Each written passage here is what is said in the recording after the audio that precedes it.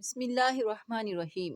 حضرت ابو ہریرہ رضی اللہ تعالی عنہ سے مروی ہے کہ رسول اللہ صلی اللہ علیہ وسلم نے فرمایا، جانتے ہو مفلس کون ہے؟ صحابہ نے کہا، ہم میں مفلس وہ ہے جس کے پاس نہ درہم ہے، نہ دینار، نہ کوئی ساز و سامان۔ آپ علیہ السلام نے فرمایا، میری امت کا مفلس شخص وہ ہے جو قیامت کے دن نماز، روزہ اور زکوٰۃ لے کر آئے گا۔ ایک شخص آئے گا جس سے اس نے گالی دی ہوگی، کسی پر تہمت لگائی ہوگی، کسی کا مال کھایا ہوگا، کسی کا خون بہایا ہوگا، کسی کو مارا ہوگا۔ اس شخص کی نیکیوں میں سے اسے بھی دے دیا جائے گا اور اسے بھی دے دیا جائے گا، اگر اس کے ذمہ لوگوں کے حقوق پورے ہونے سے پہلے اس کی نیکیاں ختم ہو گئیں تو ان کے گناہ اٹھا کر اس شخص پر لاد دیے جائیں گے، پھر اسے آگ میں پھینک دیا جائے گا۔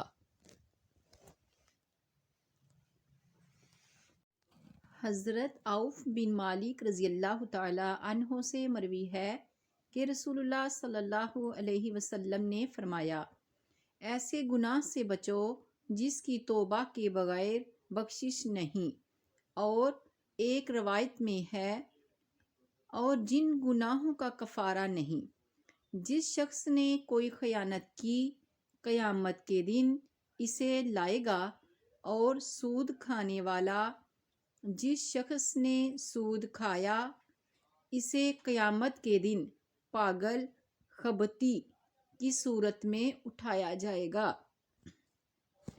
پھر یہ آیات کریمہ تلاوت کی، الذین یأکلون الربا لا یقومون الا کما یقوم الذی یتخبطہ الشیطان من المس۔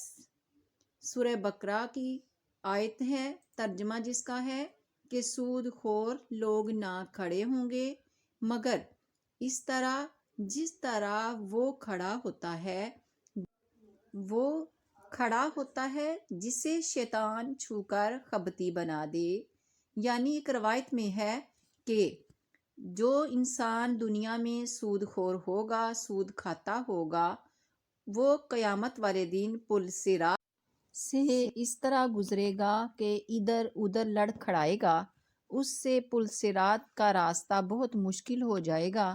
اس کا پیٹ اتنا وزنی ہوگا جس طرح شیطان نے اس کو، جس طرح ایسے اسیب کا سایہ ہو اور جنات نے اس کو دیوانہ کر دیا ہو، اور اس سے گزرا نہیں جائے گا، لڑکھڑاتا ہوا جہنم میں گرے گا، اور پھر اس کو پل صراط پر کھڑا کر دیا جائے گا۔